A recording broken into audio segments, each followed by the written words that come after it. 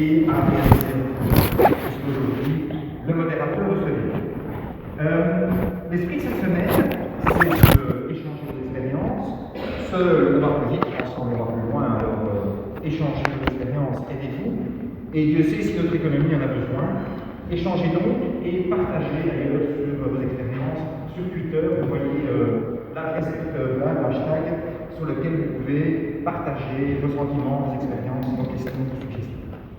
Le but de la semaine des entrepreneurs, c'est aussi de créer du networking. Donc ici, maintenant, nous allons débattre ensemble avec des experts et des témoins.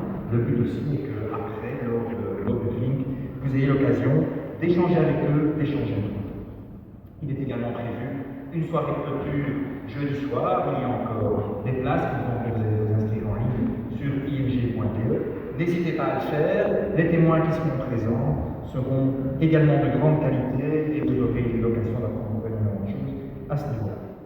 Alors, vous l'avez vu dans le film de présentation, entreprendre et l'endogène, vous soutenir et dans les autres, mais l'humour et la dérision est aussi endogène. Et c'est pour ça que le dessinateur pastel ici présent aura un œil critique et décalé sur le sujet du jour et illustrera le débat. Il va donc nous montrer comme il le dit. Bien.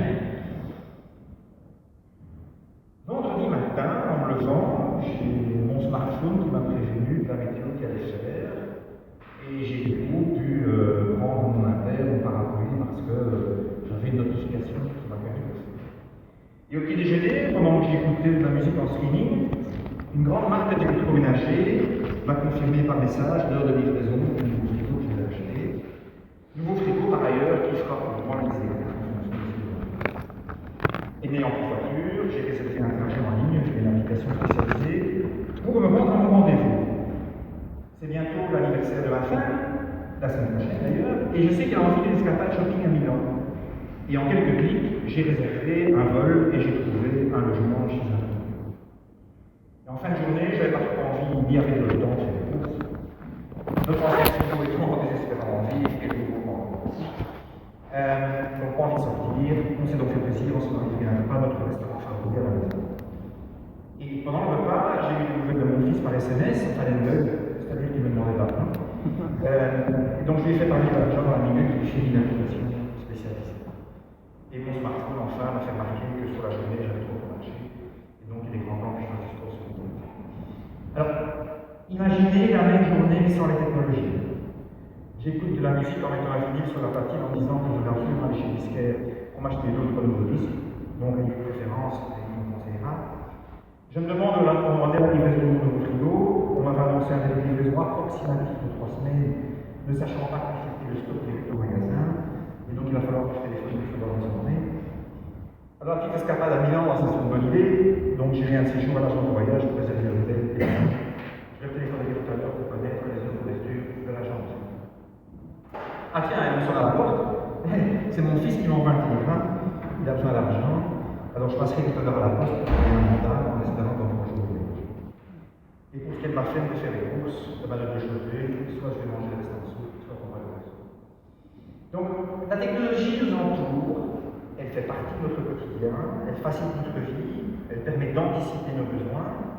Nous achetons en ligne, consultons à distance, nous interconnectons, nous informons. Tout devient accessible immédiatement en temps réel. Les modèles économiques d'hier doivent s'adapter à ces nouvelles réalités et à ces nouveaux outils. Vos entreprises doivent s'adapter à ces nouveaux outils. Les business models d'aujourd'hui seront encore d'application demain. Alors les technologies de rupture seront-elles un danger ou représentent-elles des opportunités? C'est ce que nous allons voir ensemble. Alors on va voir ça ensemble, j'ai une question pour vous. Qui d'entre vous est aujourd'hui confronté à des choix stratégiques liés aux nouvelles technologies de rupture? Simplement, levez la main, dites-moi, est-ce que vous avez aujourd'hui des confrontations? Donc, il y en a aujourd'hui dans la salle, des gens qui se posent clairement la question, mon business model est-il menacé? Dois-je faire des choix pour le perpétuer? C'est ce que nous allons voir ensemble. Alors, pour nous aider à répondre à ces questions, nous sommes entourés d'experts et de témoins qui vont nous faire part de leur vision et de leur expérience. Je vais d'abord vous présenter Bruno Wattenberg, ici présent. Bruno est actif depuis 24 ans dans le monde de l'entrepreneuriat. Bruno, vous avez dirigé tant des entreprises privées que publiques. Vous êtes spécialisé dans le engineering, la définition et d'implémentation de nouvelles stratégies. Vous enseignez la stratégie d'entrepreneuriat à la Solvay Business School. Vous êtes chroniqueur économique sur BRPL et vous êtes très actif dans le soutien aux startups et aux entrepreneurs innovants, tant en Belgique qu'aux États-Unis. Bruno nous fera tout à l'heure une présentation sur le sujet. À ma gauche, Philippe Leutemat. Bonjour Philippe, vous êtes général manager chez Uber depuis un peu plus de 2 ans. On ne présente plus le concept de Uber tant il a fait l'actualité et provoque le débat sur les conséquences multiples de modèles disruptifs. Vous n'en êtes d'ailleurs pas à votre première expérience de lancement de concepts innovants ou disruptifs. En effet, vous êtes le cofondateur de Walking Book à New York, une épicerie dont les articles en vente sont organisés par recettes pour faciliter la vie du consommateur et réduire le gaspillage alimentaire. Et enfin, Adrien Rose, bienvenue.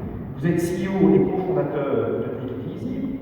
Vous avez réinventé la livraison à domicile à la demande de repas confectionnés par des restaurateurs, concept que vous avez expliqué tout à l'heure. Au départ, vous étiez actif dans une banque concurrente, personne n'est parfait, dans les départements fusion et acquisition et private equity. Et vous m'expliquerez comment on passe de la banque à la livraison de repas. Je serai peut-être un autre point à la fin de ce débat. Bien. Bruno. En introduction, j'ai pris quelques exemples de ces technologies de plus en plus présentes dans nos vies. Elles correspondent à un besoin, mais sont aussi le résultat d'innovations mises sur le marché par les chercheurs et les entreprises. Vous êtes donc intéressé à l'innovation, je l'ai dit en introduction, aux technologies de rupture et aux défis que cela représente pour une entreprise. Avant de laisser la parole aux entrepreneurs qui ne font pas de l'expérience en termes de technologies de rupture, éclairez-nous sur les dangers et les atouts de ces technologies. Bien. Alors, merci. Alors, bonjour. Alors, tout d'abord, veuillez excuser mes lunettes et mon attitude un peu gardée, mais j'ai envolé ma voiture autour d'un poteau jeudi matin, j'ai perdu mes lunettes et j'ai très mal au dos, donc raison pour laquelle je ne suis pas la réincarnation de Jean-Pierre Coff et je ne vous parlerai donc pas de cuisine aujourd'hui. Donc, mon nom est Slides, voilà. Donc, mon nom est Bruno Wattenberg. Je suis honoré de partager avec vous cet instant. C'est un instant important, on va parler d'innovation, on va parler d'entrepreneuriat. Il y aura aussi un débat qui va suivre. Je vous enjoins vraiment à, comment dirais-je, prendre des questions, réfléchir à des questions. Vous avez des entrepreneurs innovants, vous avez des gens qui font l'économie de demain. Notez vos questions, mettez-les sur le grill. Mettez-moi sur le grill aussi par rapport à ça, parce que probablement on va réfléchir à la manière dont vont se structurer les réussites et probablement dont les échecs, les raisons pour lesquelles il y aura également des échecs demain. Alors effectivement, Philippe Mercelis l'a dit, ça fait 25 ans que je côtoie des startups, j'ai commencé en 91, toujours toute ma carrière dans les produits pour les startups et les PME. Je constate que j'ai certains clients successful dans la salle. Et donc j'ai pu voir cette évolution. J'ai créé une émission Starter sur l'entrepreneuriat. J'ai la chance de donner cours, j'ai la chance d'accompagner également des startups. Alors, j'ai eu la chance d'étudier en Belgique où on ne m'a rien appris sur l'entrepreneuriat, où on ne m'a rien appris sur l'innovation. J'ai fait classiquement un master en management et un master en sciences du travail avant d'étudier la stratégie et l'entrepreneuriat au MIT à Boston, à Sloan, où j'ai fait le programme entrepreneurial. Et là, on m'a expliqué que pendant 15 ans, je n'avais rien compris du tout, ni à l'entrepreneuriat, ni à l'innovation. Et ça a complètement changé la manière dont j'ai vu les choses. J'ai fait ensuite un MBA à Eindhoven dans une spécialisation innovation entrepreneuriat. Et donc là aussi, j'ai appris que ce que j'avais appris à l'école, ce qu'on m'avait appris dans ma famille, ce qui était ma culture, était l'antithèse de l'entrepreneuriat et de l'innovation. Et si c'est le cas pour moi, probablement que c'est également le cas pour vous. J'ai ensuite eu la chance de faire l'Advanced Management Programme à la Harvard Business School. Alors, je vous propose d'examiner ces technologies de rupture un peu, mais surtout quelles sont les conséquences pratiques, quelles sont les conséquences pour l'entrepreneur, quelles sont les conséquences pour la société, quelles sont les conséquences aussi pour les clients de toutes ces innovations technologiques qui bouleversent notre manière de vivre. Alors, back to basics, l'innovation vient, donc je retrouve mes slides, voilà. L'innovation vient du mot latin innovare qui signifie revenir à ou bien renouveler. Et l'innovation est un principe universel lié aux capacités du cerveau humain et de les sociétés à créer des solutions nouvelles. Soit exactement ce que font les entrepreneurs dans la salle. Si vous êtes des entrepreneurs, probablement ce que vous faites, c'est que vous identifiez des problèmes. Alors par problème, on peut remplacer des envies ou des désirs insatisfaits, que ce soit chez les consommateurs ou chez les entreprises, et vous cherchez, vous trouvez, vous assemblez et vous proposez des solutions. Si ces solutions sont nouvelles, eh bien vous êtes quelque part innovant. C'est l'exemple d'Uber. Je suis client Uber intensif. Mon fils a eu un accident au genou à 13 ans. Il devait se déplacer pour aller chez le kiné. Uber répondait parfaitement à ses besoins, alors que le taxi classique ne répondait pas à ses besoins de client. Ces problèmes, comme on dit, constituent donc pour les entrepreneurs des opportunités. Ces problèmes sont un terreau fertile pour innover, imaginer des solutions, imaginer ce qu'on va appeler des propositions de valeur, ou bien créer des nouvelles entreprises. L'entrepreneur est donc quelqu'un qui résout des problèmes avec des enjeux et ainsi créer de la valeur dont il va tenter de capturer une partie. En clair, si j'ai des problèmes et que vous voulez prendre de l'argent qui est dans ma poche, que je vous le donne et que j'en sois satisfait, il faut résoudre mon problème. Les entrepreneurs sont des gens qui résolvent des problèmes. Alors, quelques précisions. D'abord, l'innovation n'est pas confinée au monde entrepreneurial. On retrouve cette innovation partout, dans le domaine des sciences, dans l'agriculture, mais aussi dans la philosophie, dans la sociologie, dans le social. Ensuite, ne confondons pas le concept d'innovation avec celui d'invention. Une innovation peut être construite éventuellement sur une invention, mais toute invention ne donne pas nécessairement une innovation. Je vous donne un exemple. Je ne sais pas si vous voyez ce que c'est cette image à gauche. C'est un digesteur qui a été inventé en 1679 par Denis Papin. C'est une invention, mais elle n'a pas été exploitée commercialement. À côté, vous voyez l'autocuiseur de Sète, qui a repris quelque chose qui a été inventé quelques centaines d'années auparavant et qui est devenu une innovation parce qu'elle a été mise sur le marché. C'est la fameuse cocotte minute que nous connaissons. Alors, innover ne concerne pas que les startups, mais aussi les entreprises existantes. Innovar et en latin, c'est donc se renouveler, ce qui est indispensable pour toutes les entreprises, d'autant plus dans un monde qui change aussi vite. Peu d'entreprises peuvent se permettre de ne pas se renouveler, ne fût-ce que dans leur relation avec les clients. Et si vous me demandez une entreprise qui ne s'est pas vraiment renouvelée depuis 300 ans, il n'y en a qu'une qui me vient à l'esprit, pour ceux qui dessinent, c'est le papier Canson. C'est le même papier depuis 300 ans. Mais j'ai eu difficile, en préparant cette présentation, à trouver un autre exemple. Et Canson s'est aussi renouvelé dans sa relation client. Le produit n'a pas évolué, mais la relation avec le client, la manière dont elle est gérée, a profondément évolué. Alors, entrons un peu dans la technique. On peut identifier deux types d'innovation. Il y a l'innovation pull, venant de l'expression market pull, et innovation push, venant de l'expression technologie push. L'innovation pull, typiquement Uber, résulte des demandes exprimées par le marché qui n'est pas satisfait, qui tire, qui demande, qui suscite le lancement de solutions innovantes pour résoudre des problèmes. Ça ne veut pas dire qu'il y a des gens qui sont venus chez Uber en disant « nous voulons ça ». Ça veut dire qu'il y a un problème d'insatisfaction, il y a quelque chose d'inefficient et que c'est le rôle des entrepreneurs de pouvoir faire part d'empathie, de pouvoir avoir un regard ethnographique, un regard anthropologique sur la manière dont cette personne se déplace, la manière dont elle est insatisfaite et regarder derrière dans l'atelier comment assembler une solution pour résoudre ce problème-là. L'innovation pull résulte des demandes exprimées par le marché qui tire, qui demande, qui suscite le lancement de solutions innovantes pour résoudre des problèmes. On en a parlé. L'innovation push est poussée par des découvertes ou des innovations technologiques, par exemple des découvertes au sein des départements de recherche et développement des entreprises qui poussent donc à innover en cherchant comment utiliser la technologie découverte pour créer de la valeur. Alors autant vous dire que ce type d'innovation crée beaucoup de valeur, mais il est surestimé. S'il n'y a pas derrière un chercheur, un entrepreneur qui se saisit de la technologie pour créer de la valeur qui va être valorisée par un consommateur, ça ne fonctionne pas. Il faut donc également distinguer recherche et développement. La recherche ne débouche pas nécessairement sur l'innovation. L'innovation, c'est la mise sur le marché de nouvelles, de nouveautés, éventuellement découvertes grâce aux travaux des départements de R&D académiques ou au sein des entreprises.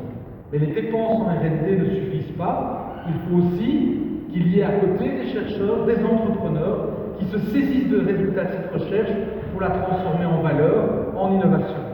Ce qui explique aussi que des pays comme les pays nordiques et scandinaves, vous savez, tous les pays ont un objectif en termes de pourcentage du PIB réinvesti en recherche et développement. Et ce qu'on constate, c'est qu'il y a des pays qui sont à ces niveaux minimaux de budget investi dans l'innovation, comme par exemple plusieurs pays comme la Finlande, mais que ça ne débouche pas nécessairement sur la croissance économique, justement parce qu'il y a une absence de cet esprit entrepreneurial. Donc il ne suffit pas d'investir dans la R&D pour que ça débouche en valeur pour une entreprise ou pour un pays. Alors il est amusant de constater que le concept d'innovation n'a pas toujours été le bienvenu, consacrant le fait que d'aucuns peuvent craindre le changement et l'évolution, comme en témoigne par exemple l'interdiction de l'innovation en 1546 par Édouard VI d'Angleterre, je vous cite, pour protéger l'État du désordre et de la déviance. Et si vous regardez un petit peu, on parle beaucoup du TTIP pour l'instant avec Obama qui est en Allemagne et en Autriche, je pense pour l'instant, eh bien vous constaterez qu'à l'époque, les premiers traités entre l'Allemagne et la France ont donné lieu au fait que des manifestations ont brûlé les marchés à tisser et donc que cette innovation n'était pas la bienvenue. Et j'ai une pensée émue pour mon ami Philippe de chez Uber quand je vois les manifestations avec les taxis. Alors, il est étonnant de constater que ce concept d'innovation a été ignoré longtemps par les économistes classiques. C'est Joseph Schumpeter qui est un des premiers à introduire l'innovation de procédés dans la pensée économique au début des années 40. Et souvenez-vous, qui est-ce qui a étudié l'économie ici? Souvenez-vous, Joseph Schumpeter, c'était quoi? Schumpeter, ça vous dit quelque chose? La destruction créative, hein, c'est son concept, désigne le processus continuellement à l'œuvre dans les économies et qui voit se produire de façon simultanée la disparition de secteurs d'activité économique en même temps que la création d'activités nouvelles. Donc des créations d'activités nouvelles font disparaître d'autres qui deviennent obsolètes. La création d'une entreprise innovante provoque la destruction d'une autre, dont la création de valeur et ou le business model, le modèle d'affaires est devenu obsolète. Et le plus bel exemple, c'est cette activité-là que vous voyez ici.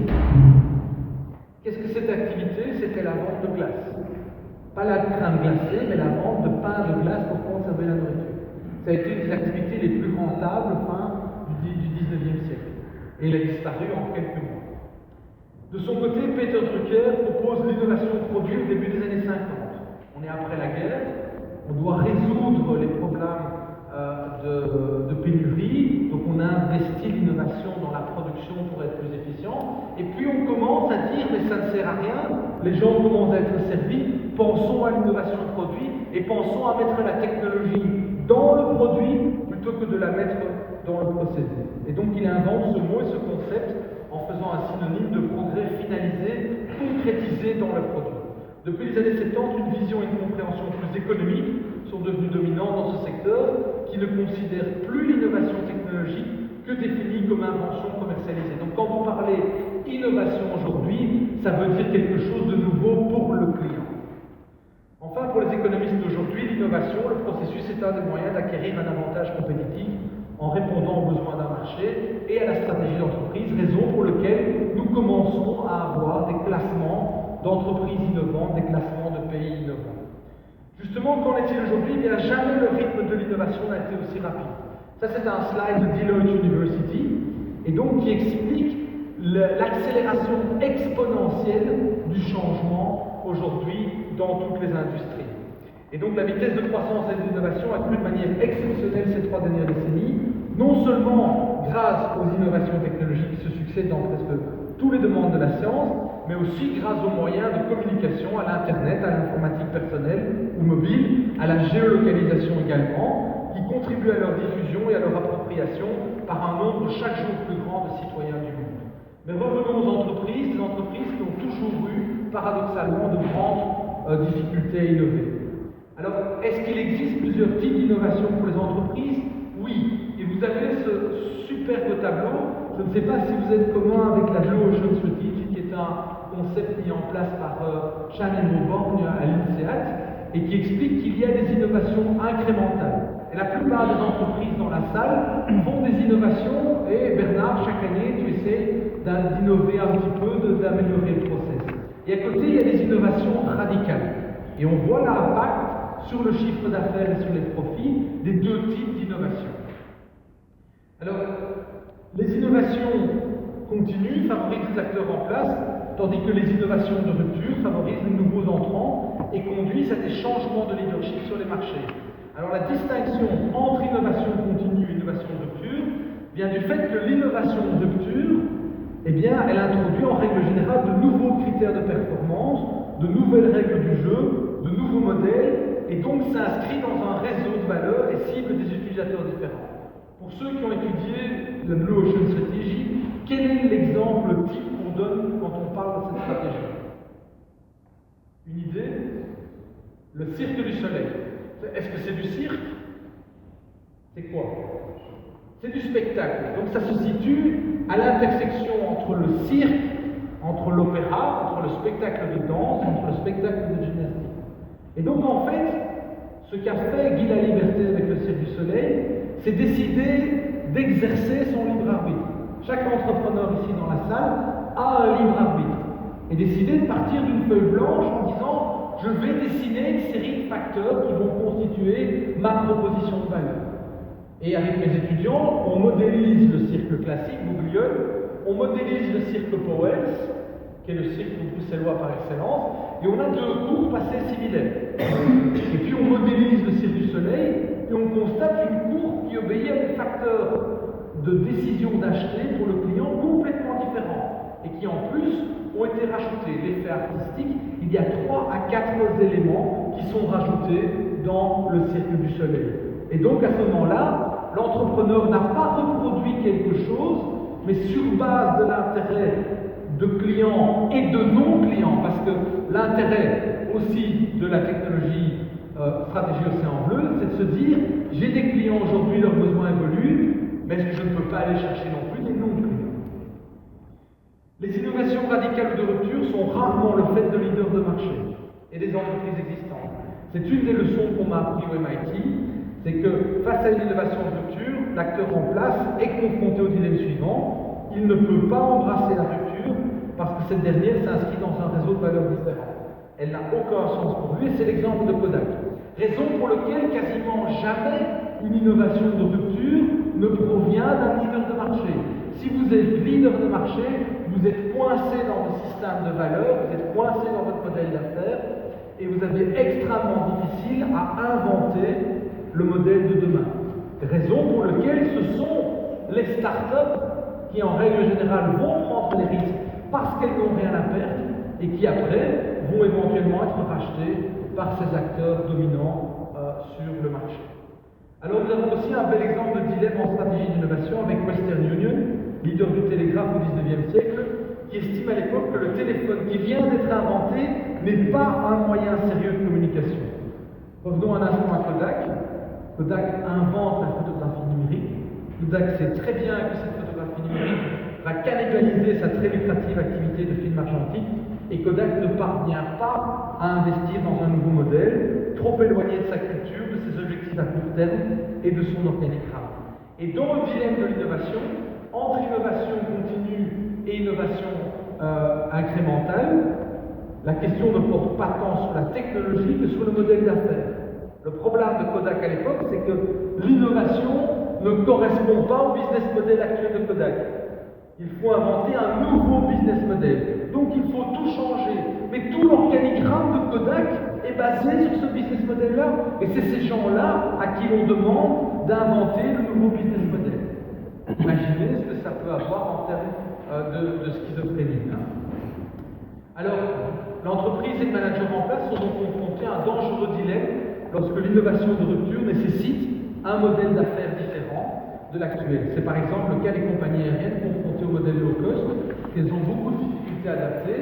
Air France, avant l'année passée, n'a jamais gagné d'argent sur ce moyen de voler. Air France pensait qu'elle pouvait transformer son business model en business model low cost. Ce qui est impossible. Si vous voulez faire du low cost, toute la chaîne de valeur doit être dessinée et pensée pour faire du low cost. Alors c'est par exemple aussi le cas dans le secteur de la mobilité. Regardez peut-être ce slide-ci. On part d'un véhicule, c'est le cercle bleu. Et puis vous regardez, dans ce cercle, la partie verte en dessous, vous pouvez être propriétaire de votre véhicule.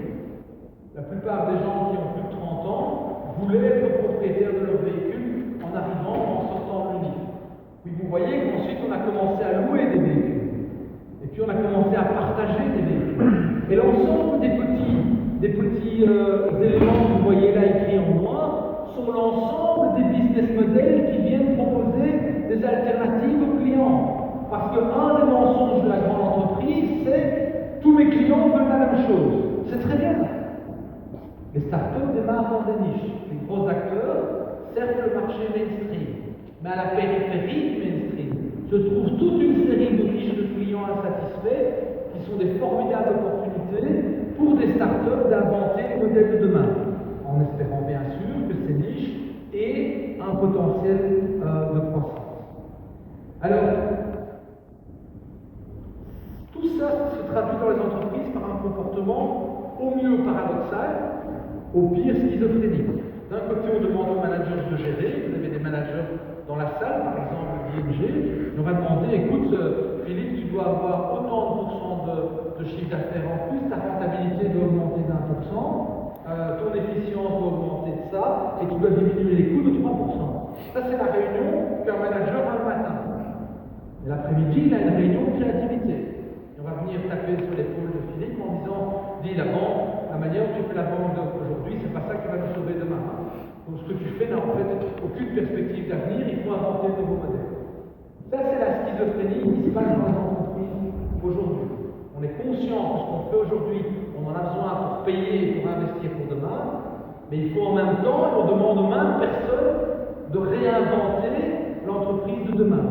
Je ne sais pas si vous imaginez la tension que ça peut générer et cette attitude qui peut confiner à la schizophrénie.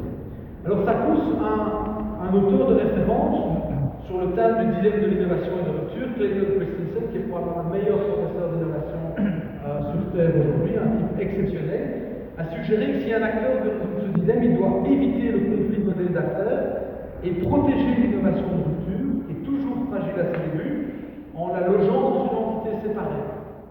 Nespresso était un échec terrible. Quand Nestlé lance Nespresso, Nespresso est un échec. Et ils envisagent d'arrêter Nespresso. Et c'est seulement au moment où ils prennent Nespresso et ils sortent Nespresso du giron de Nestlé, ils l'installent dans des nouveaux bureaux avec une autre équipe et une culture qui peut donner naissance à une innovation de rupture, que Nespresso commence à voler de ses propres ailes et à être le succès qu'on connaît.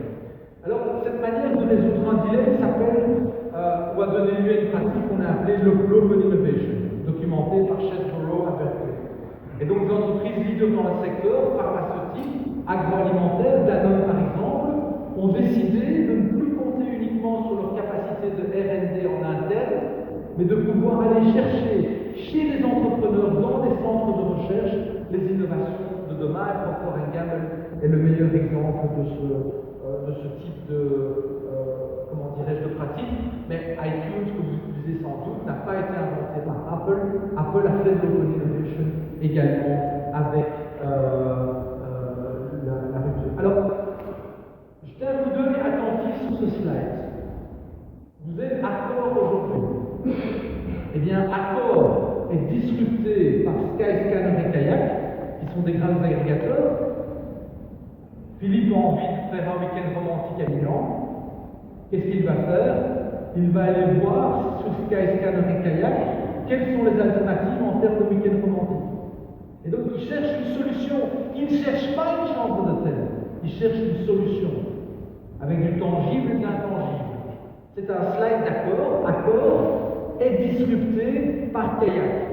Ensuite, quand il a décidé son voyage, éventuellement Skyscanner et Kayak proposent une chambre. Et si ce n'est pas le cas, il y a des innovateurs qui vont proposer des chambres. Pas nécessairement Accor, toutes les chambres possibles. Et ensuite, éventuellement, s'il veut un week-end romantique chez l'habitant, avec vraiment quelque chose qui sort de l'ordinaire, il va aller sur Airbnb. Donc le drame pour Accor aujourd'hui, c'est qu'Accor a perdu le contact avec le client et Accor est réduit à une commodité, comme du gaz, de l'électricité, de l'eau. Alors, parmi toutes ces innovations, l'une d'entre elles bouleverse certains des acquis de notre paysage socio-économique, c'est la désintermédiation. La combinaison de l'informatique, du web, des terminaux mobiles, de la géolocalisation permet de se passer des intermédiaires d'avant. Alors, ceux qui ont étudié l'économie, souvenez-vous, Michael Porter, le but de la stratégie, c'est créer durablement, la stratégie de l'innovation doit permettre de créer durablement un avantage compétitif. Eh bien, mauvaise nouvelle, il n'y a plus d'avantage compétitif durable. Ça veut dire que l'entreprise devient, comme n'importe quel être vivant, une entreprise qui doit en permanence évoluer, elle doit en permanence changer. Alors, je ne vais pas, aller plus loin et essayer de rentrer dans les conclusions. Deux conséquences majeures sont à relever. Il n'existe plus d'avantages concurrentiels durables, les industries ne sont plus étanches, on voit les secteurs qui s'interpénètrent. L'entrepreneur doit donc non seulement surveiller et comprendre ce qui se passe à l'intérieur de son secteur, mais aussi à la périphérie, aux intersections avec les autres secteurs. Quelles sont les conclusions qu'on peut tirer de ça? D'abord, le monde n'a jamais changé aussi vite, acceptons-le. Et il n'existe plus de rente de situation.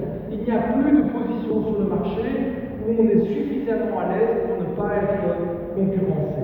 Les cycles stratégiques sont de plus en plus courts. Quand j'ai commencé à donner cours en 2006, je parlais de décision stratégique à 10 ans. Aujourd'hui, si on a une décision stratégique qui dure 3 ans, c'est une bonne chose. Et donc il faut gérer parfaitement aujourd'hui en pensant à demain, et en général, nous ne sommes ni éduqués ni formés à cette instabilité. Quand j'interroge les étudiants, une partie d'entre eux ont accepté cette instabilité, mais pas encore tous. Ça veut dire qu'il est normal que nous nous sentions extrêmement mal à l'aise par rapport à ça. Deux, l'innovation est un déterminant clé de la compétitivité des entreprises, de toutes les entreprises. Plus personne ne peut se permettre de ne pas innover. L'innovation est aussi une culture et un état d'esprit. Une entreprise très performante en général construit une culture d'efficience qui ne favorise pas l'innovation.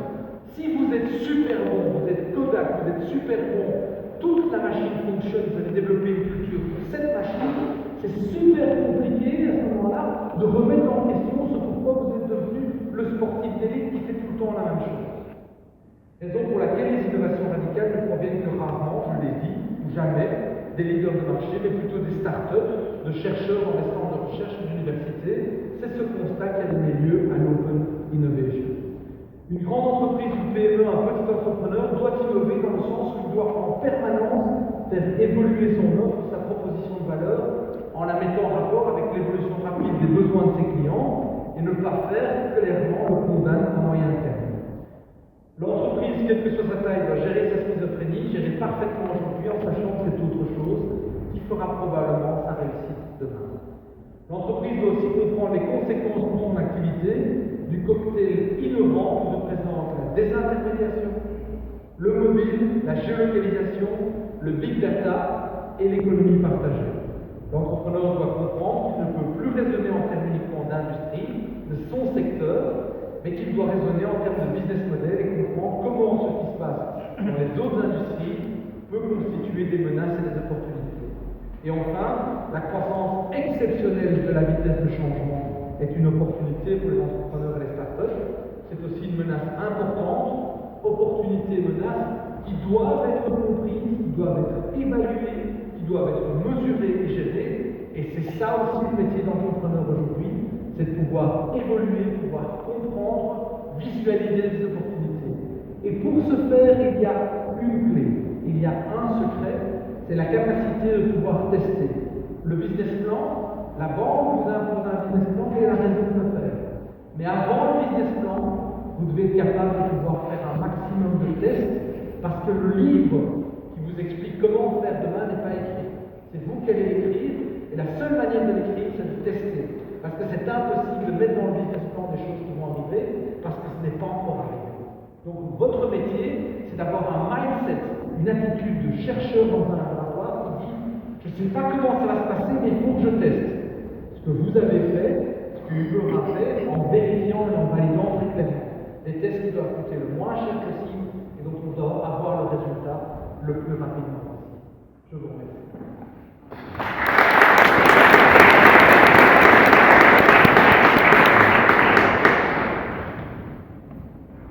Benoît Deberg, merci beaucoup. Nous aurons l'occasion de revenir sur ces différentes considérations que vous avez exposées tout à l'heure, à l'aune la réaction de nos témoins. Et je voudrais me tourner d'abord vers vous, Philippe Courtois. Je le disais en introduction, vous êtes général manager chez Uber. Je le disais aussi, tout le monde connaît Uber. Je dirais même que vous êtes en passe de rentrer d'une manière ou d'une autre à l'Académie française, tant le terme ubérisation de l'économie s'impose en langage commun. Mon correcteur systématique, je ne le connaissais pas encore, mais je suppose que ça ne saurait tarder. Mais revenons à vous.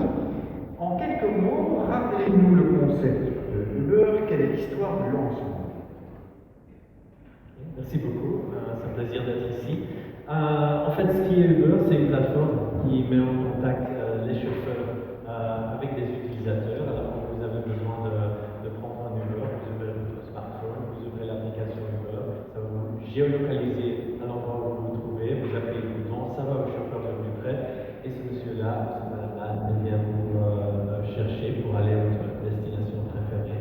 Et tout ça, vous entrez dans le véhicule, une fois arrivé, vous sortez du véhicule, et automatiquement votre carte de crédit sera débitée. Alors c'est plus simple ce qui est Uber. Et en fait la vision de notre entreprise c'est, je vais le dire en anglais parce que je n'ai pas la traduction sur moi, mais transportation as reliable as running water for everyone and everywhere. Ce qui est très très ambitieux bien sûr comme vision, comme but, mais comme Bruno avait aussi dit dans sa présentation, c'est commencer dans une idée très très simple, une frustration d'un client.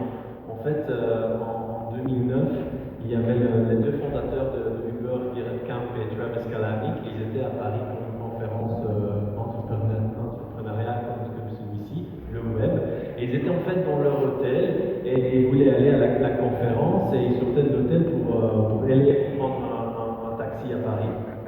Et 5 minutes, il n'y a aucun taxi qui arrête, taxi qui passe, taxi qui sont pleins, taxi qui ne s'arrête pas. Ça continue, 10 minutes, 15 minutes, même après 15 minutes, ça commence à pleuvoir. Ils sont tous les deux là, dans la rue, toujours en train d'aller en taxi.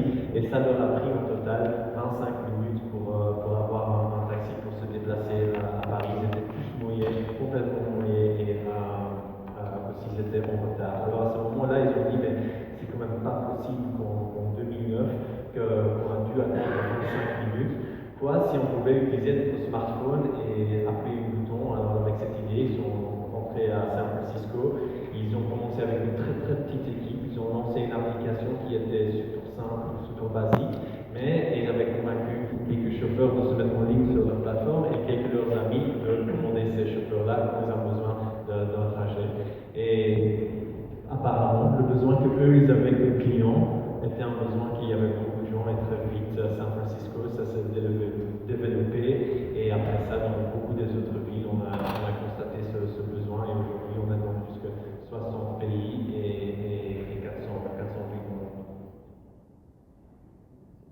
Philippe Thomas, vous gérez une entreprise en croissance, vous avez lancé un concept qui bouscule l'ordre établi.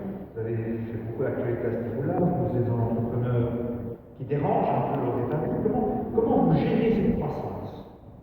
Et comment vous gérez le fait de déranger l'ordre établi? Alors pour moi, c'est deux choses. D'une chose, c'est la croissance. Je pense que beaucoup des entrepreneurs qui voient leur business croître, en fait, la croissance est un peu la plus difficile à gérer. Si je me pense un peu, Uber à l'époque, on était tous une petite boîte. Il y avait une époque où c'était 5 personnes, là il y a une époque où c'était 200 personnes. Aujourd'hui, 6 ans après le lancement, c'est 6000 personnes. C'est pas la même chose, c'est très difficile. Alors je pense que la chose qui est la plus difficile, c'est trouver les meilleurs gens. Parce qu'à la fin, votre entreprise, c'est les gens dans votre entreprise qui vont pouvoir gérer la croissance, qui vont pouvoir innover les choses. Alors c'est trouver les bons gens pour rejoindre l'entreprise qui est le plus difficile. Moi j'ai toujours, je passe un grand temps de mon temps en fait d'interviewer des nouveaux personnes, des candidats. Alors c'est quelque chose sur laquelle je tiens très fort. La deuxième chose que vous avez mentionnée, c'est de bousculer l'ordre établi. Je pense qu'il est très important là, c'est que quand je regarde toujours à entreprendre, c'est changing the status quo. That's what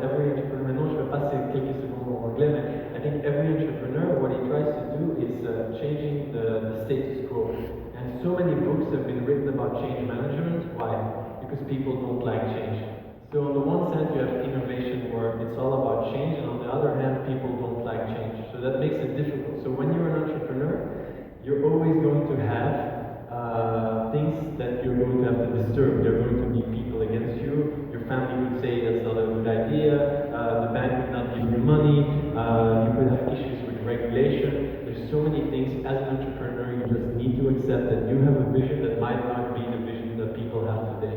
And I think you just have to proceed et continuer. Bruno Vandenberg, Uber confirme le principe de Schumpeter. Clairement, on est dans une considération dans laquelle on est resté bloqué sur un mécanisme de taxi, sur lequel il y a un monopole concédé par l'État qui se justifiait à l'époque où les voitures étaient quelque chose d'exceptionnel. Plus maintenant, et donc on a une grande situation avec un triangle qui bénéficie à tout le monde, sauf aux clients. On se connaît avec Philippe, je suis provocateur. Le seul pays où Uber s'est retiré, c'est le Japon, parce qu'au Japon, le client est satisfait des taxis. Mais partout ailleurs, on veut Uber parce que la proposition de valeur d'Uber est bien meilleure que celle offerte par les taxis. On va revenir tout à l'heure sur reculer les frontières de la réglementation. Brièvement, Gilles Deneras, comment voyez-vous l'évolution du beurre à terme en Belgique et en Europe, plus particulièrement en Belgique? Je pense qu'en Belgique et un peu partout dans le monde, c'est exactement la même chose que nous. On constate qu'il y a plusieurs tendances. Il y a la tendance que les gens ils passent de propriété à usage. Des exemples comme Spotify, Netflix, j'achète plus mes CD, mais je vais en fait avoir un abonnement. C'est exactement la même chose dans la mobilité. Des jeunes aujourd'hui qui ont 18 ans, ils n'ont plus le rêve, je veux m'acheter un véhicule. Ils veulent plus en fait la mobilité on demand. Je vais utiliser un véhicule quand j'en ai un besoin, je ne vais plus en acheter un. Et deuxièmement aussi, il faut voir que les villes d'aujourd'hui, il y a de plus en plus de véhicules, et les véhicules, ce n'est pas une solution pour le futur, dans le sens où, et je veux dire, le véhicule, tout le monde qui a son propre véhicule, tout le monde ici qui a un véhicule va peut-être pouvoir le confirmer, mais on utilise moins de 4% de son temps, alors 96% du temps, il est garé quelque part, pas utilisé. Quand on l'utilise, il y a souvent, c'est seulement le conducteur qui est lui-même dans son véhicule, alors 4 places pas utilisées. Alors c'est quelque chose qui n'est pas efficace, qui va dans les années qui viennent certainement disparaître. Et ce seront des solutions, des plateformes comme Uber qui pourraient aussi être une solution. C'est le principe du pay per use. Je veux payer pour l'usage, mais plus de propriétaire d'actif. Pour ceux qui ont un jardin ici, je ne sais pas si vous avez un jardin, mais l'achat probablement le plus inutile, c'est la tondeuse. Parce que le pourcentage d'utilisation de la tondeuse est encore pire que le pourcentage d'utilisation des 4% de la voiture. Donc avoir être propriétaire de sa tondeuse, de pouvoir l'entretenir, et ainsi de suite, c'est à mon sens, la tondeuse, c'est l'idéal de ce qui devrait être partagé. Donc nous allons bientôt égaliser notre tondeuse à gazon. Avec les civils, par exemple. Bruno, tout le monde n'est pas Uber. Qui doit retenir un dirigeant de PME ici dans la salle d'un tel exemple? Est-ce qu'il doit avoir peur de nouveaux entrants comme Uber? Ou est-ce qu'il va faire les gens qui ubérisent sa propre? Alors, je pense que la stratégie qu'il doit avoir, c'est d'abord rester attentif dans son secteur et à la périphérie de son secteur. De plus en plus, la concurrence vient de l'extérieur d'un secteur. Ça, c'est le premier élément. Deuxième élément, se rapprocher du client. Ce que fait Uber et ce que font les entreprises qui ubérisent, elles ont une intimité développée avec le client. Attendre chez soi que le client arrive et vienne acheter, ça n'existe plus. Ça veut dire que Uber connaît exactement mes habitudes, Take It Easy sait exactement ce que j'achète chez eux, ils me connaissent, ils savent où j'habite, ils connaissent mes habitudes et ils utilisent ça. Donc, ce qu'il faut avoir pour résister aujourd'hui, c'est une proximité avec le client et une formidable empathie. Alors que des générations d'entrepreneurs avant, certains l'ont fait et ont développé cette intimité, même s'ils faisaient des légumes dans les champs, et d'autres ne l'ont pas du tout fait en se disant mais moi, il y a une demande, je satisfais la demande, et point barre. Donc je pense qu'il faut avoir plus d'empathie qu'avant. Il faut accepter de comprendre certaines technologies comme le mobile, comme la géolocalisation, comme le big data, ce que fait Amazon aujourd'hui en systématiquement vous proposant ce que vous voulez, ce que vous aimez. Eh bien, je pense que ça c'est déjà des bases. Et alors comprendre comment réinventer la relation client, éventuellement dans la mise à disposition. Je donne un petit exemple. Ulti est une entreprise formidable. Elle vend des foreuses et elle a toujours été à la pointe de la technologie. Manque de bol, les Chinois fabriquent des outils chez Ulti moins chers. Ulti s'est demandé comment est-ce que je peux survivre. Ulti a décidé de louer son matériel et de ne plus le vendre. Imaginez le CFO.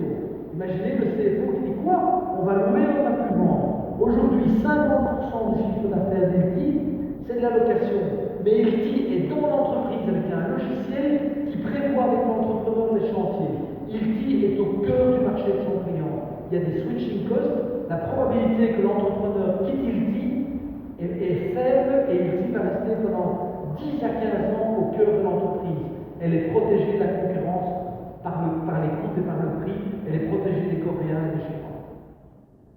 On comprend, Bruno, que l'ubérisation concerne tout le secteur d'activité. Et si un des secteurs où l'ubérisation a été l'application Adrien Rose, je me tourne vers vous, on peut dire que vous appliquez cette ubérisation au monde de l'ORECA. Est-ce que vous pouvez nous raconter l'histoire de l'idée derrière Airbnb? Parce que ce sont les deux mêmes personnes qui ne pouvaient pas taxer. Racontez-nous. Je vais peut-être revenir sur l'équation, sur la relation solution-problème, plus loin plus tôt. Parce que pour l'histoire d'ici, c'est vraiment ça qui est à la base de l'idée. C'est deux constats. Le premier constat, c'est un constat d'évolution des mœurs. C'est plutôt le problème, c'est que les gens cuisinent moins qu'avant, sont à la recherche de solutions plus rapides, plus faciles.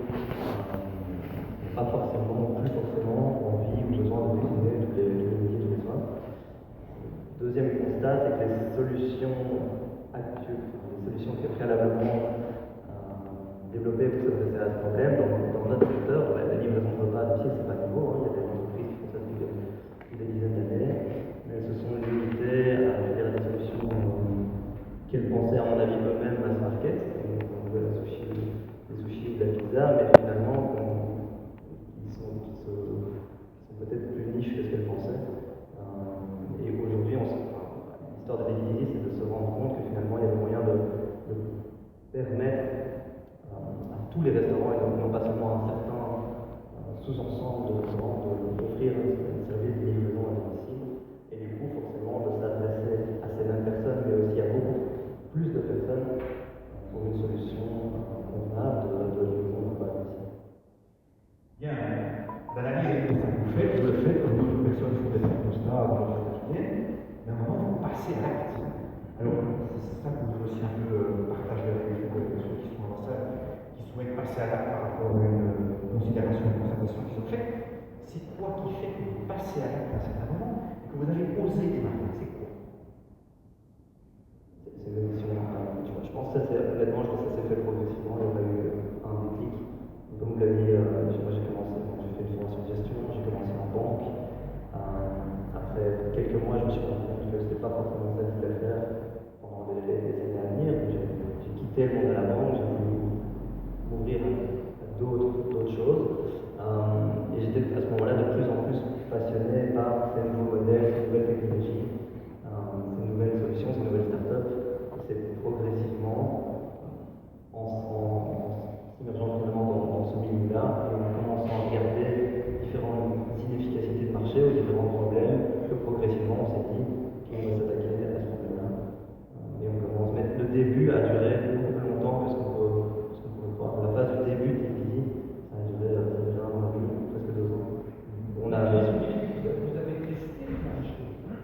Oui. Vous avez testé plusieurs modèles. Le premier modèle de départ, vous ne vous souvenez pas, vous avez testé jusqu'à trouver le bon équilibre entre la rémunération des cyclistes et la rémunération des restaurants. Donc c'est un processus itératif. Le chercheur dans le laboratoire, Tout à fait, et même pendant un an, presque un an et demi, au début, ça a été très long de démarrer l'objectif parce que à la base, ce que j'expliquais maintenant, on n'avait pas du tout compris, donc on se rendait compte que les solutions existantes, qui étaient les plateformes de mise en relation de restaurants qui offrent un service à domicile, qui sont en Belgique les pizza.be, ou en Europe les Just Eat ou les Deliveroo.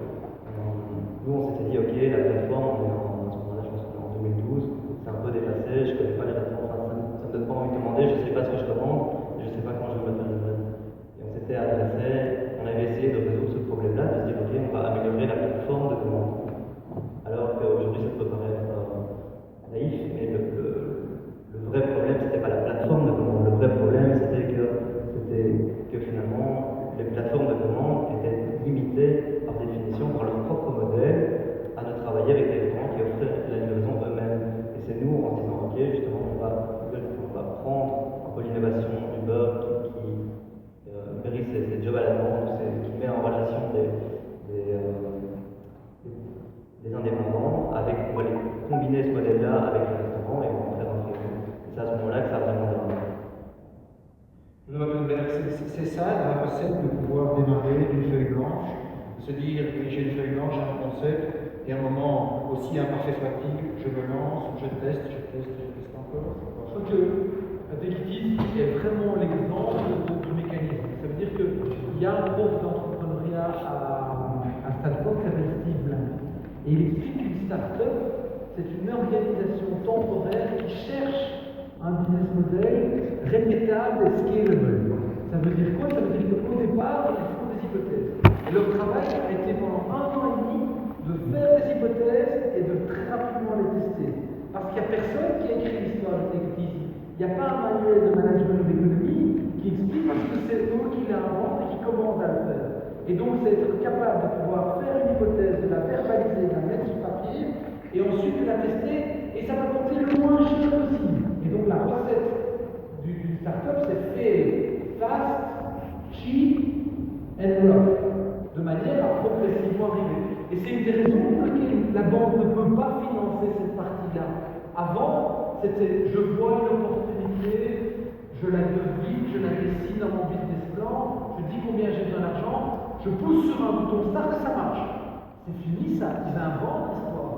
Donc ça veut dire qu'on peut arriver avec un business plan dans un second temps. Avant, il faut jouer avec le business model, avoir l'audace de se tromper, et d'un côté, les financiers veulent de la certitude, et de l'autre côté, eux disent je ne sais pas, je suis en train de tester. Et donc, de nouveau, il faut avoir une âme de chercheur, et c'est ce qu'ils ont eu. Ils ont donc sculpté progressivement le modèle qui fonctionne. Ok, parlons justement de financement, de ressources, de fonds. Vous avez attiré, vous avez appris de nombreux investisseurs. Mais Abilities, c'est votre bébé. Donc, quelque part, vous avez partagé dans un certain moment la révolution en disant on bébé est là, mais il faut maintenant faire quelque chose.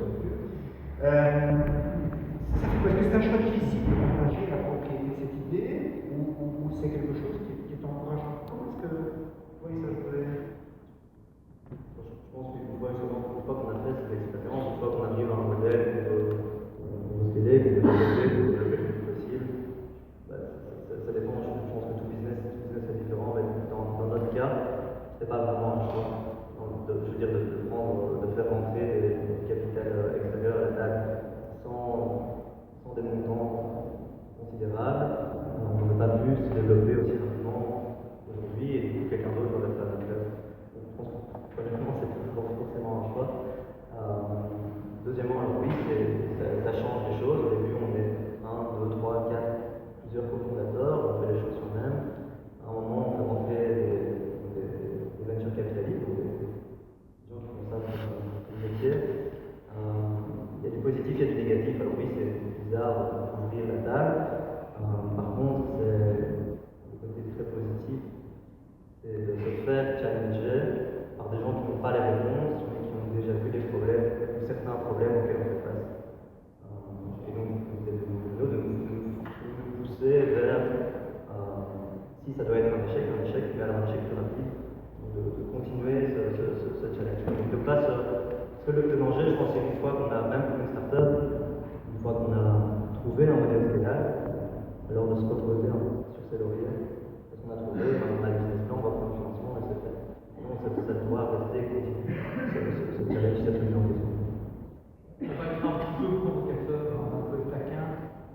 Vous avez là des gens compétents, qualifiés, leurs parents ont probablement rêvé qu'ils allaient travailler dans une boîte de consultance, et ils ont tous les deux créé des startups. Je pense que par rapport à la génération Y aujourd'hui, qui est talentueuse, qui font de la métier, et ces gens-là, ils vont accepter le fait de créer une entreprise et de ne pas rester toute leur vie dans l'entreprise. Ils savent qu'ils vont faire au cours de leur carrière 3 ou 4 entreprises. Alors, c'est parfois difficile à comprendre pour ma génération, mais eux, en génération Y, ils veulent être heureux, ils veulent aller dans l'aventure, ils font des easy, ils mettent des investisseurs dedans, et dans 5 ans, il va peut-être revendre. J'étais hier soir au téléphone avec Jérémy Levan qui a vendu à Microsoft pour $100 millions. Mais Jérémy sait très bien qu'à avec ce qu'il a touché, il va encore faire des entreprises. Donc ils ne sont pas mariés, ils ne sont pas amoureux de leur entreprise, ils sont amoureux d'une aventure, ils veulent réussir, et c'est pour ça qu'ils acceptent plus facilement les investisseurs que ne le faisaient les générations précédentes. Pour continuer un peu sur les investisseurs, il y a beaucoup d'argent dans le marché aujourd'hui, il y a de l'argent equity, on le voit. Est-ce qu'il n'y a pas aujourd'hui une crainte qu'on peut avoir d'effet de mode d'investissement de modèle? Est-ce qu'on ne crée pas une forme de bulle spéculative dans les secteurs? C'est bien pas ce danger-là. Alors, de l'argent, il y en a. Il y a de l'argent à la fois bancaire et il y a de l'argent au niveau des investisseurs. Le problème, c'est que les investisseurs en Europe, par rapport aux États-Unis, cherchent des business models où le business model est déjà validé, où il y a déjà des ventes. Ça veut dire qu'automatiquement, quand on est aux États-Unis et que vous êtes encore en croissance d'utilisateurs, vous perdez de l'argent, mais qu'il y a une belle croissance d'utilisateurs, les investisseurs mettent de l'argent sans qu'il y ait un business model qui soit défini. Ici, pour qu'un investisseur mette de l'argent, 99 fois sur 100, il faut qu'il y ait un business model, il faut déjà qu'il y ait suffisamment de ventes pour dire que le business model fonctionne. C'est ce qui fonctionnait chez Take It Easy. Take It Easy avait démontré que ça fonctionnait, qu'il y avait déjà des ventes, et on pouvait préfigurer que si on mettait de l'argent, on allait avoir une courbe de croissance. Et donc le problème, c'est qu'on n'a pas assez d'investisseurs en early stage. Ce que la région Wallonne fait maintenant avec son plan Wing, de pouvoir mettre 50 ou 100 cas très tôt, de manière à faire de la validation.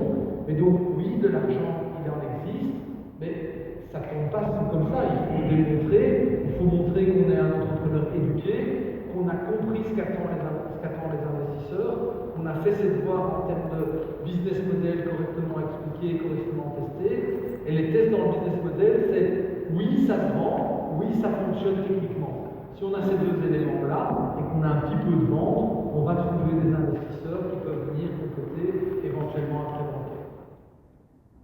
Monsieur Ackermans, votre concept, vous considérez que vous bousculez complètement les offres établies ou vous les complétez? C'est une bonne question, mais quelle est l'offre établie? Parce que si vous allez penser du Uber, je pense que si vous lisez la presse, tout le monde va dire que c'est le taxi. Pour nous, c'est pas du tout le taxi. Le marché du taxi n'est pas tellement grand. Pour nous, c'est vraiment notre vision, c'est comme je dis, transport as reliable as running water. Pour nous, le but, c'est vraiment que dans 10 ans, 15 ans, quelqu'un qui habite en ville n'a plus son propre véhicule, n'a plus un garage à louer, mais qu'il sait que s'il va aller quelque part, que dans sa poche, dans son smartphone, à 5 minutes, il y a vraiment un Uber qui pourra venir lui chercher. Alors, de ma vision, oui, si on regarde l'offre de voiture personnelle, oui, je pense qu'on va vraiment changer ça et le remplacer. Si on parle spécifiquement du taxi, je pense qu'au bout d'un moment, il va y avoir une agrégation, comment dire, it's going to become like a kind of like taxi and Uber is going to be exactement. I think Uber and taxis will come together. At the end of the day, it's about a trip going from A to B through a platform. If that is the taxi driver that used to do that 10 years ago, or that's a new driver, it's the same. So I think at the end of the day, that's a little different. Adrien Rose, vous bousculez, vous complétez, vous êtes complémentaire à ce qui existe?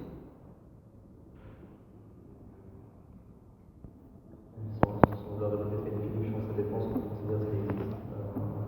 Nous, on a une crainte de nos restaurants partenaires au début. Je me souviens discuter avec le CEO de Mama Romain à l'époque, qui a un concept qui était une beurre bleu, donc cannibalise ses ventes sur place ou ses ventes en porteur. On a fait un test justement et on a vu que c'était en grande partie, voire exclusivement, des ventes additionnelles. Par exemple, nous, qui ne concurrence pas, que très peu, l'expérience d'aller manger dans un restaurant. Ça comprend certainement le fait de faire à manger chez soi. C'est comme un investissement. Donc les concurrents ne sont pas là pour ce qu'ils sont. Bruno, pourquoi est-ce que les leaders de marché n'ont pas été réels? Parce qu'ils ont fini?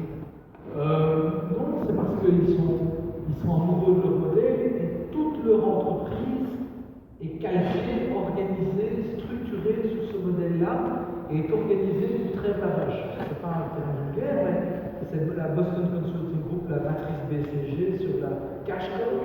Ils sont occupés à triage. Ils sont extrêmement efficients, millimétrés, le regard comme ça sur leurs affaires.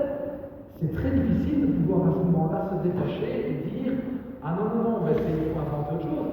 Et vous le vivez bien, la banque est en train de subir une forte mutation et c'est très difficile de pouvoir en même temps inventer quelque chose de foncièrement différent. Raison pour laquelle j'ai aimé donner l'exemple de Nespresso qui a dû sortir de ça, parce que dans l'innovation, on est dans la culture et on a des études qui démontrent qu'il y a une corrélation entre une entreprise très performante et une forte culture.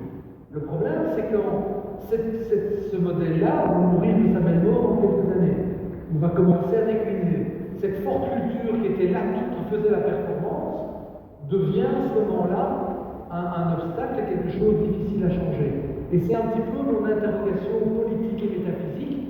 Je me pose une question, est-ce que si je suis dans une grande entreprise, dans une entreprise moyenne qui performe, est-ce que je dois créer à côté d'autres entreprises pour demain qui va pomper les bénéfices de la maison mère pour inventer le modèle de demain, quitte à laisser mourir cette entreprise de sa belle mort, la laisser atterrir? Comment vous voulez vendre ça à des syndicats par exemple? C'est invendable, ça pose des problèmes humains et des problèmes éthiques. Je n'ai pas la réponse à cette question. Mais l'innovation à l'intérieur d'une entreprise existante, c'est quelque chose d'extrêmement compliqué. Je suis content, Bruno, d'avoir quelqu'un en face de moi qui comprend mon état psychologique actuel. Bien. Philippe Neutemans, vous avez bousculé leur état vie, vous êtes sorti du carcan réglementaire, vous en avez fait l'actualité. Est-ce que l'innovation s'oppose pour vous, forcément, et comment avez-vous vécu le fait de sortir de ce carcan réglementaire? Vous en avez fait l'actualité.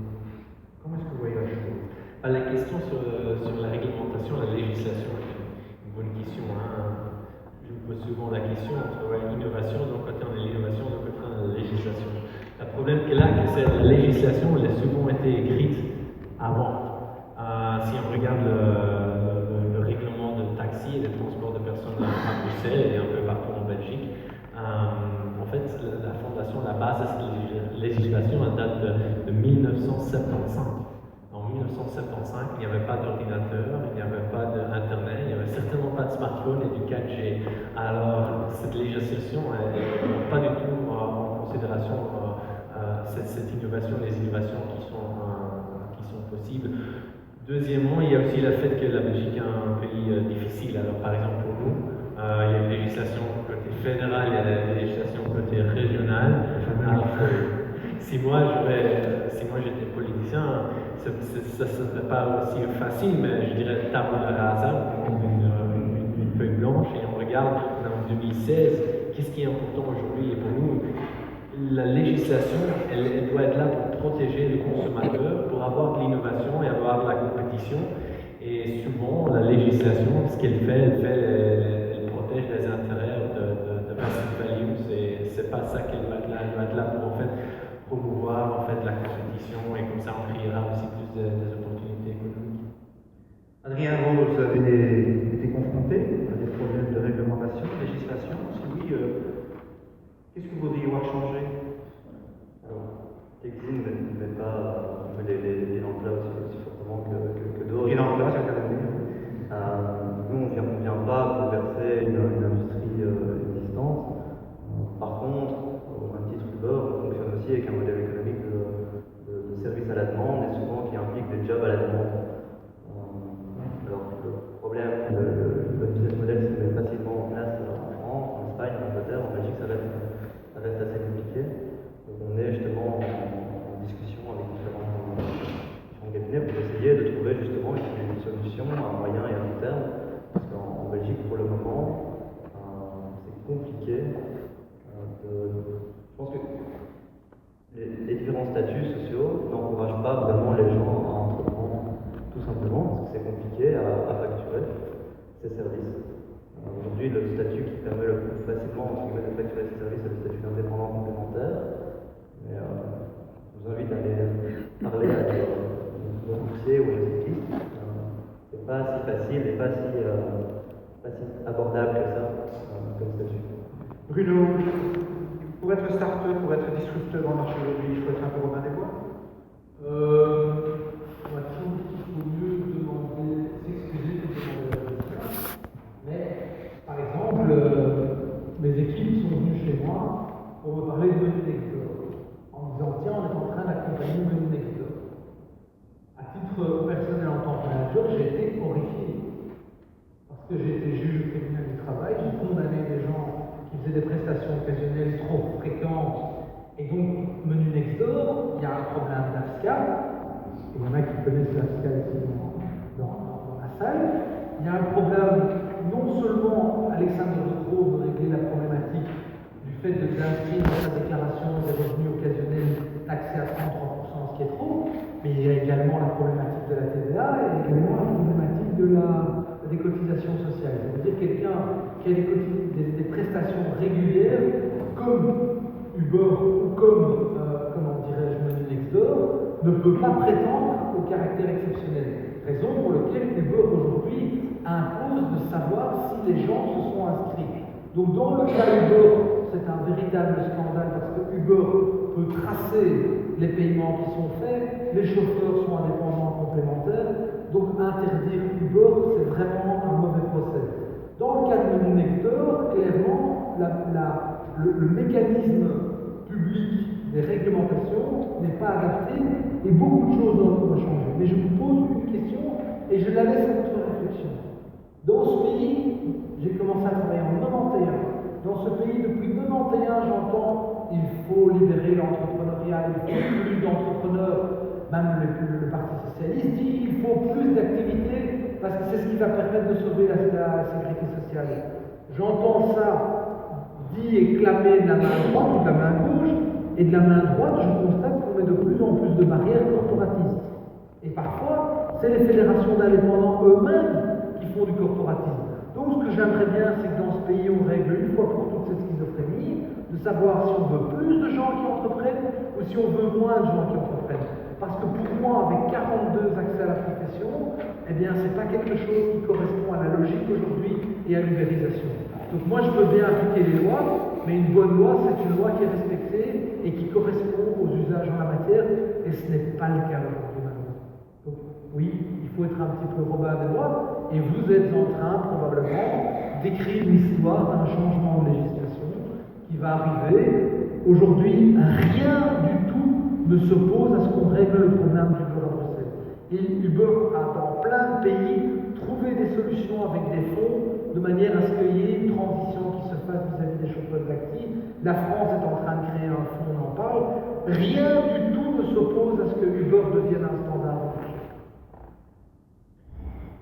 Nous avons aussi dans la salle aujourd'hui des entrepreneurs qui ont des modèles d'affaires existants, qui sont soit menacés par l'ubérisation de leur secteur, soit peuvent en tirer des opportunités, mais comment est-ce qu'aujourd'hui un entrepreneur dirigeant d'une PME avec des moyens limités, du temps limité, des compétences techniques limitées aussi, peut-il aujourd'hui se poser la question d'une transformation de modèle d'affaires et d'une stratégie différente? Quels sont les conseils que vous donnerez à ces entrepreneurs aujourd'hui qui sont là, qui sont de l'élan du nom, pris par leur administration, leurs affaires, leurs ventes, et qui devraient en plus réagir à ce que le marché leur impose?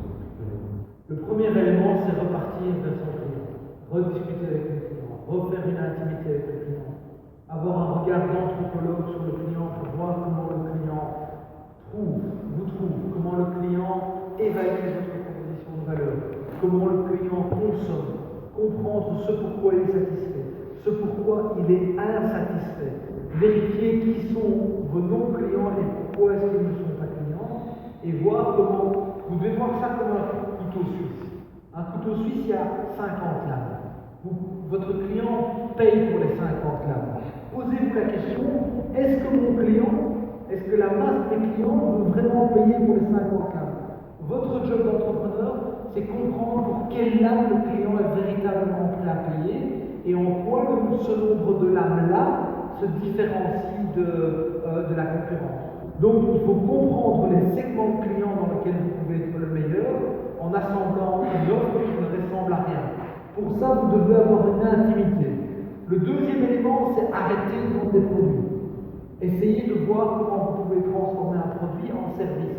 Le job, c'est d'essayer d'avoir un maximum d'interaction avec le client et, si possible, de rentrer dans une relation à plus long terme. C'est ce que Hilti essaye de faire. Ne pas devoir à chaque fois recommencer une vente, mais pouvoir avoir une relation à plus long terme, par exemple avec du service. Aujourd'hui, vendre un produit sec, c'est la mort après l'échéance. Quelqu'un d'autre va trouver où vous achetez ce produit, comment vous le fabriquez, et va le proposer à vos clients. Si vous ne mettez pas du service dans vos offres, vous recommencez à chaque fois le travail. Essayez d'avoir ce qu'on appelle un Customer Lock-in, Competitor Lock-out, en ayant ce service, en faisant signer des contrats avec votre client sur le plus long terme. Ça, c'est vraiment ce qu'on peut vous conseiller, et en comprenant les possibilités, les menaces et les opportunités offertes par ce type de choses. Il s'est passé quelque chose d'exceptionnel au mois d'octobre de l'année passée, quelque chose d'historique. Pour la première fois, il y a eu plus de recherches sur Google d'un terminal mobile que d'un terminal fixe. Ça veut dire que le futur, qui sera mobile, comment est-ce que vos clients utilisent les mobiles?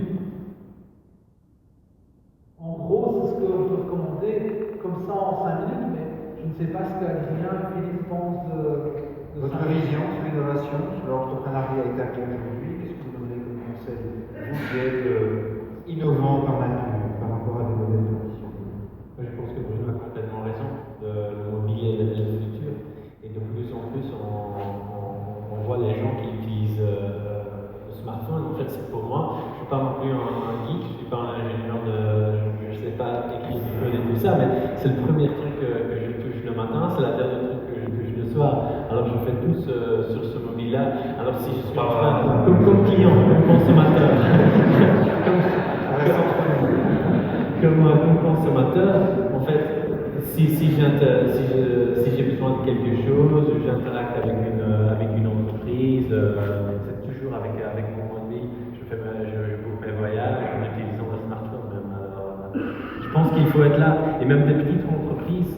Comme moi j'avais la petite entreprise de Walking Cookbook, on avait un truc à Brooklyn, on avait directement du première minute, on avait un site web, et c'était un site web qui était parfaitement aussi workable on the smartphone.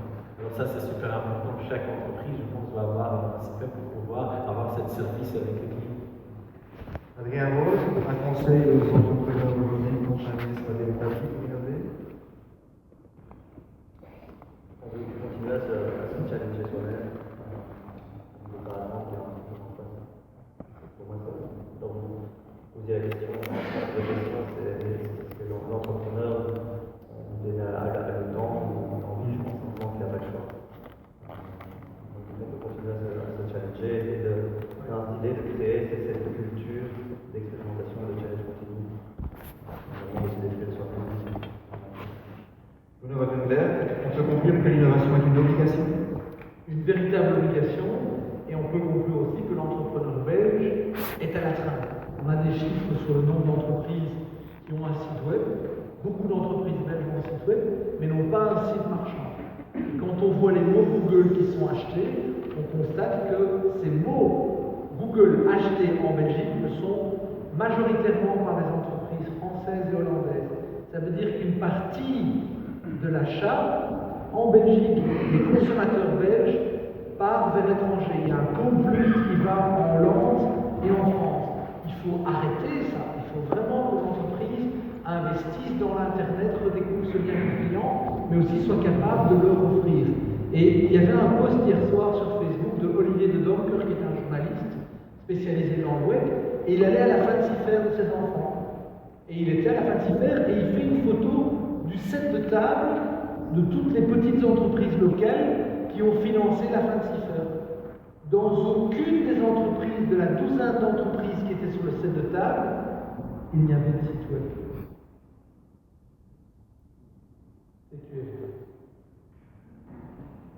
Bien. Je conclurai ici en disant que l'innovation est une nécessité à survivre des entreprises, que la technologie disruptive peut être une menace, mais peut être une opportunité aussi, que l'écoute du client, l'analyse du client, l'empathie avec votre client sera quelque part la clé qui vous donnera la réponse de la voie que vous devez suivre, et que pour innover et pour lanciers des startups dans notre pays très certainement. Il faut être un peu dans un des bois.